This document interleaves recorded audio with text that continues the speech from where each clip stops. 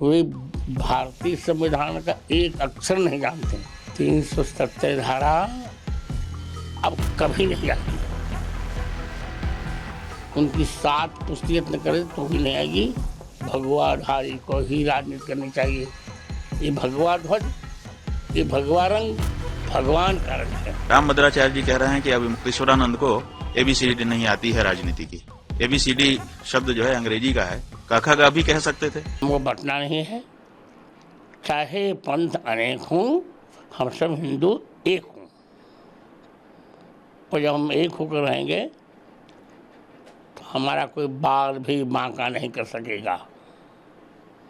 वैसे एक अंगुल होती है तो कोई भी तोड़ देता है, और जब 5 हो जाए मुक्का तो तोड़ने वाले के दांत टूट जाते हैं। जी, मेरा एक सवाल था कि जम्मू कश्मीर में धारा 370 से जुड़े जो सवाल है उसमें हाल ही में जो एक शंकराचार्य जी है अभिमुक्तानंद जी, उनका एक बयान आया है। उन्होंने गौ माता का हवाला देते हुए कहा है कि धारा 370 वहाँ पर जो वापस लागू होना चाहिए। उसके पीछे हवाला भी दिया गौ माता की रक्षा का। तो किसके पहले जो कानून था उसको देकर उसको क्या प्रतिक्रिया? शंकराचार्य जी का जो बयान था 370, पहली बात, वे शंकराचार्य ही नहीं है तो उनका बयान कैसा? उनका शंकराचार्य का पक्ष जो है अभी कोर्ट में विवादित है। दूसरी बात, वे भारतीय संविधान का एक अक्षर नहीं जानते। 370 धारा अब कभी नहीं आएगी। उनकी 7 पुष्टि यत्न करे तो भी नहीं आएगी, क्योंकि 370 धारा से नुकसान, देश का नुकसान बहुत है। 370 धारा से एक ही देश में 2 संविधान चलेंगे, 2 झंडे चलेंगे। 370 के रहने से हम वहाँ ज़मीन नहीं खरीद सकते। 370 हम वहाँ कुछ भी नहीं कर सकते। हम कश्मीर को अलग नहीं होने देंगे। हाँ, गौ माता की रक्षा भी हो और 370 धारा समाप्त रहे, यही मेरा मंतव्य है। गुरुजी, एक बयान कल जो कांग्रेस के अध्यक्ष है मल्लिकार्जुन खड़गे जी, उनका साधु संतों के बारे में आया। खासतौर पे जो भाजपा में शामिल साधु संत है, उनके जो पहनावे हैं उनको लेकर उन्होंने बात कही है। क्या कहना है आपका? क्या योगी जी के लिए कल उन्होंने कहा कि भगवाधारी को राजनीति नहीं करनी चाहिए। कहाँ लिखा है? राजनीति गुंडों को करनी चाहिए, राजनीति लुच्चों को करनी चाहिए, राजनीति लफंगों को करनी चाहिए। भगवाधारी को ही राजनीति करनी चाहिए। ये भगवा ध्वज, ये भगवा रंग भगवान का रंग है। इसी भगवे झंडे को शिवाजी ने फहराकर पूरे राष्ट्र को एक कर दिया, महाराष्ट्र को एक कर दिया था।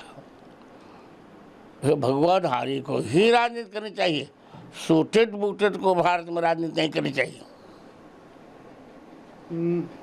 2 दिन पहले जयपुर में ही एक बड़ी कॉन्फ्रेंस हुई थी जो वक्फ संशोधन कानून जो है उसके सिलसिले में मोती डूंगरी रोड पर। उसमें तौकीर रजा ने एक विवादित बयान भी दिया, मौलाना तौकीर रजा ने, कि हमारी जो आबादी है वो यदि सड़कों पर आएगी तो रूह कांप जाएगी। इस प्रकार के बयान आना किस तरह देखते हैं आप? बौखला गया है। यदि उसकी आबादी ये कहती है हमारी आबादी यदि एक हो जाएगी ना, तो इनके ये 141 देशों में कहीं नहीं रह पाएंगे, तो इनको रसातल ही जाना पड़ेगा। एक सनातन जो बोर्ड है उसकी भी मांग चल रही है, आपका क्या मत है इस बारे में? वो हम लोग अभी कुंभ में मीटिंग करेंगे, बैठक करेंगे, फिर निर्णय लेंगे। एक मेरा सवाल है, मोहन भागवत जी जो आरएसएस प्रमुख है, उन्होंने हाल ही में एक बयान दिया था कि जो तीसरे विश्व युद्ध की संभावना बन रही है वो पूरे जो पूरा विश्व है उनकी निगाहें वैश्विक शांति के लिए भारत की ओर है। क्या लगता है आपको? सही है। आपने जो महाकुंभ होने वाला है उसके लिए भी कहा है पाकिस्तान को लेकर, महाकुंभ में किस प्रकार की आपकी तैयारी? महाकुंभ में हनुमान जी का 1008 कुंड यज्ञ होगा। 1.25 करोड़ आहुतियाँ हनुमान जी के चरणों में अर्पित की जाएंगी और हमें विश्वास है कि हनुमान जी की कृपा रहेगी तब पाकिस्तान द्वारा हथियाया हुआ कश्मीर का भाग हमको मिल जाएगा। रामभद्राचार्य जी का वक्तव्य आया। रामभद्राचार्य जी कह रहे हैं कि अभी मुक्तेश्वरानंद को एबीसीडी नहीं आती है राजनीति की, भारतीय राजनीति की एबीसीडी नहीं आती है। एबीसीडी शब्द जो है अंग्रेजी का है, काका का भी कह सकते थे तो ज्यादा अच्छा लगता उनके मुख से कि एक भारत का विद्वान बोल रहा है। खैर, तो वो कह रहे हैं कि अभी मुक्तेश्वरानंद को राजनीति की एबीसीडी नहीं आती। हम ये कह रहे हैं कि कश्मीर के मामले में समस्या क्या है। समस्या यह है कि भारत कहता है कि ये हमारा अंग है, पाकिस्तान कहता है कि ये हमारा अंग है। जब दो लोग किसी एक वस्तु पर दावा करते हैं तो प्रमाण की जरूरत पड़ जाती है कि प्रमाण दो कि ये तुम्हारा है। तो अब भारत को भी प्रमाण देना है, पाकिस्तान को भी प्रमाण देना है। तो भारत क्या प्रमाण देगा? अभी तक तो हमारे पास बड़ा प्रमाण था कि देखिए ये हिंदुस्तान का हिस्सा है, इसलिए यहाँ हिंदू कानून लागू है। रणवीर दंड संहिता जो राजा रणवीर जी के समय लागू की गई थी, रणवीर दंड संहिता विक्रम संवत 1979 विक्रम संवत में वो कानून बना है। उसके साथ ईस्वी सन नहीं लिखा है, विक्रम संवत लिखा है। विक्रम संवत हमारा हिंदुओं का संवत है। विक्रम संवत से जोड़ करके कानून पास किया गया है और उसमें 10 साल तक की कैद है अगर कोई गौ हत्या करता है। यहां तक कि गौमांस अगर किसी के पास पाया जाता है तो 1 साल की कैद और दंड उसके लिए भी घोषित है। इतना कड़ा कानून गौ हत्या के बारे में जिस स्टेट में हो वो स्टेट पाकिस्तान का हो सकता है। अपने आप प्रमाणित हो जाता है कि ये हिंदुओं का स्थान है, यहाँ पर हिंदुओं का कानून चल रहा है। तो कश्मीर हमारा है, इस बात का सबसे बड़ा प्रमाण रणवीर दंड संहिता थी। गौ हत्या का निरोध था, गौ हत्या को दंडनीय अपराध घोषित किया गया कानून था। उस कानून को धारा 370 हटाने के बहाने हटा दिया गया। अब जब वहां पे गौ हत्या होने लग गई तो गौ हत्या हिंदुस्तान में होगी तो अपने आप पाकिस्तान का दावा बड़ा हो गया कि साहब यहाँ तो गौ हत्या जाया जाए और हमारा स्थान है। तो रणवीर दंड संहिता इस बात का प्रतीक है।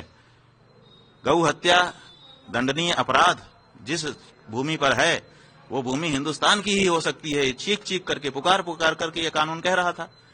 तो फिर राजनीति जानने वालों ने इतने बड़े प्रमाण को वहां से क्यों हटा दिया?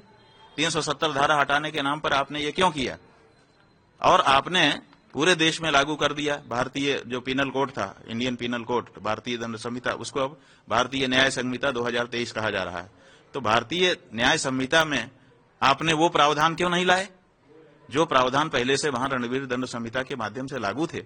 उनको आपने भारतीय दंड संहिता में क्यों नहीं स्थापित कर दिया? किस व्यक्ति ने मांग की थी कि इन दोनों कानूनों को हटा दिया जाए? किसी ने मांग तो नहीं की थी। रणवीर दंड संहिता की धारा 298 का और 298 का वो किस कारण से भारतीय न्याय संहिता का हिस्सा नहीं बन सकी? क्यों हटा दिया गया? इसका मतलब है मतलब हम गो हत्या पर जो प्रतिबंध परंपरा से वहां पर था, कानून था, उस कानून को वहां पे लागू रखा जाए ताकि गौ हत्या उस जगह पर ना हो सके। इससे दो चीज होती है, एक तो हम हिंदुओं की भावना की सुरक्षा होती है और दूसरे उस स्थान पर हिंदुओं का आधिपत्य रहा है, वहां पर हिंदू कानून चलते रहे हैं, इसलिए वो स्थान हिंदुस्तान है। ये बहुत बड़ा प्रमाण है। तो दोनों ही राजनीतिक दृष्टि से भी ये आवश्यक है और भावनात्मक दृष्टि से और धर्मशास्त्र की दृष्टि से भी आवश्यक है। तो हमने इसीलिए इसकी मांग की है। तो इसमें लोग कह रहे हैं कि हमारा वक्तव्य उल्टा है। उल्टा नहीं है, कंट्रोवर्सी इसलिए बन गई है। हाँ, आप 370 की मांग कर रहे हैं कि गो हत्या की मांग? भाई हम मांग कर रहे हैं कि 370 धारा हटाने के नाम पर जो आपने रणवीर दंड संहिता के धारा 298 का और खा हटा दिया, उसके लिए हम कह रहे हैं।